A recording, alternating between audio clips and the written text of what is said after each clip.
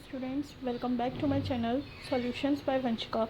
Today we will start chapter 1 Introduction to Accounting of T.S. Grewal of class 11 CBSE board. Let's start. उसमें हम पहले सीखेंगे definition of accounting क्या होती है। अकाउंटिंग का मतलब क्या होता है, अगर मैं सिंपल भाषा में कहूँ तो अकाउंटिंग एक तरीका का प्रोसीजर है जिसमें आप अपनी एक कंपनी की पूरी एक समरी एक स्टेटमेंट में शो करते हैं। उसमें आपकी फाइनेंशियल पोजीशन, उसमें आपका प्रॉफिट एंड लॉस, उसमें आपका कैपिटल गेन सरप्लस सब शो होता है कि आपकी कंपनी की क्या स्टेटस है, वो प्रॉफिट में है या लॉस में है।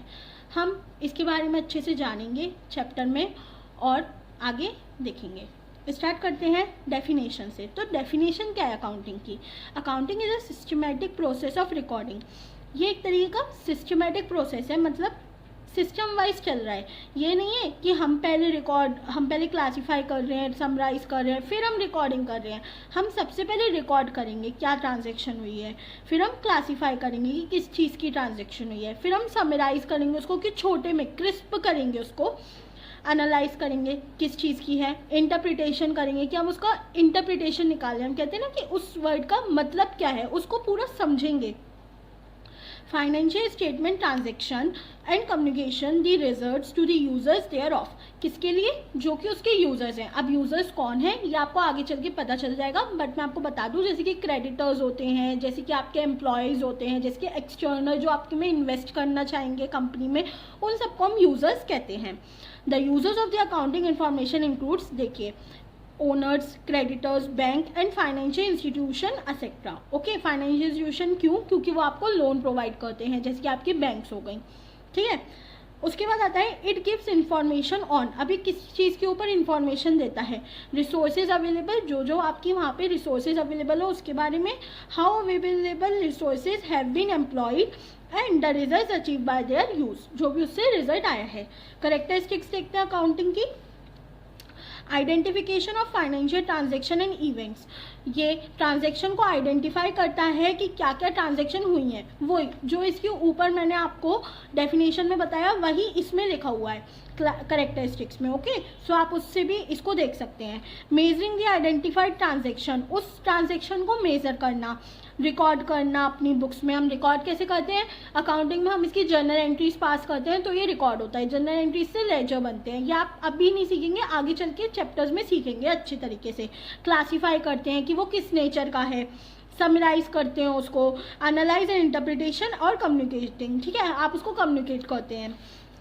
फिर आ जाते हैं आपके ऑब्जेक्टिव्स ऑफ अकाउंटिंग। अब अकाउंटिंग के ऑब्जेक्टिव्स क्या होते हैं? कुछ ऑब्जेक्टिव्स होंगे तभी तो हम अकाउंटिंग कर रहे हैं। तो मैंने आपको जैसे बताया, the objectives of accounting are maintaining accounting records, account को रिकॉर्ड करता है वो अच्छे से, डिटरमाइन करता है प्रॉफिट या लॉस, डिटरमाइन करता है फाइनेंशियल पोजीशन, फैसिलिटेटिंग मैनेजमेंट, कैसा मैनेजमेंट चल रहा है, टाइम से रिकॉर्डिंग हो रही है नहीं हो रही है, providing accounting information to users, protecting business assets.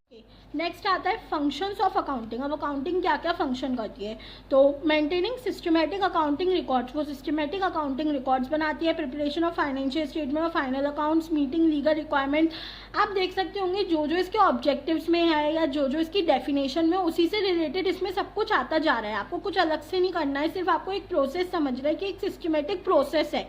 किसके लिए?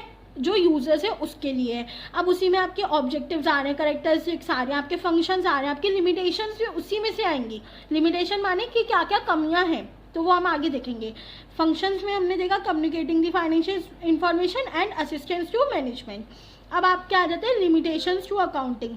Accounting is not fully exact. हमेशा क्या होता है कि ये फुली एग्जैक्ट नहीं होती, क्योंकि कभी कभी क्या होते हैं हम इसमें कुछ ऐसे खर्चे भी रिकॉर्ड कर देते हैं जो हुए नहीं होते हैं, तो वो एग्जैक्ट नहीं हुआ ना, क्योंकि हमने वो रिकॉर्ड कर दिया जो हुआ ही नहीं है। Because accounting is always on accrual basis.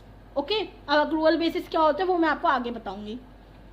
Unrealistic information, realistic information नहीं होती है। Accounting ignores the qualitative elements. Accounting हमेशा है ना क्वांटिटेटिव पे करी जाती है कि उसका कितना अमाउंट है, कितने नंबर है, कभी भी क्वालिटेटिव नहीं देखा जाता कि उसमें क्या क्वालिटी है उस हिसाब से करी जाए, हमेशा ये क्वांटिटेटिव कर जाती है। Accounting ignores the effect of price level changes, ये इग्नोर कर देती है कि क्या प्राइस लेवल का चेंज हो रहा है उसको। अकाउंटिंग में लीड टू विंडो ड्रेसिंग। अब विंडो ड्रेसिंग क्या होता है ये आपको आगे पता चल जाएगा। Next book keeping. Book keeping क्या होता है, जैसे हम रिकॉर्ड करते हैं उसी को हम बुक कीपिंग कहते हैं। क्या होता है, book keeping is a part of accounting and accounting is a part of accountancy. Definition है, बुक कीपिंग अकाउंटिंग का पार्ट है और अकाउंटिंग अकाउंटेंसी का पार्ट है। The relationship between among books keeping accounting accountancy, अब इनके बारे में रिलेशनशिप बता रहे हैं। Book keeping is a part of accounting being a process of recording financial statements and events in the books of accounts. 10 book involves, मैंने आपको बताया कि बुक में क्या क्या होता है, अब देखो आपको पता चलेगी। Identify financial transaction in events, transaction को आइडेंटिफाई करना, क्या हुआ है, लेन देन हुआ है, खरीदा है, बेचा है या आपने किसी से लोन लिया है, ये सबको आइडेंटिफाई करना। Measuring them in terms of money, money में होना चाहिए क्योंकि ये क्वांटिटेटिव होता है। Recording the identified financial transaction and events in the books of account, इसको रिकॉर्ड करना बुक्स में और क्लासीफाई करना record transaction and events that is posting them into the ledger accounts. जैसे कि मैंने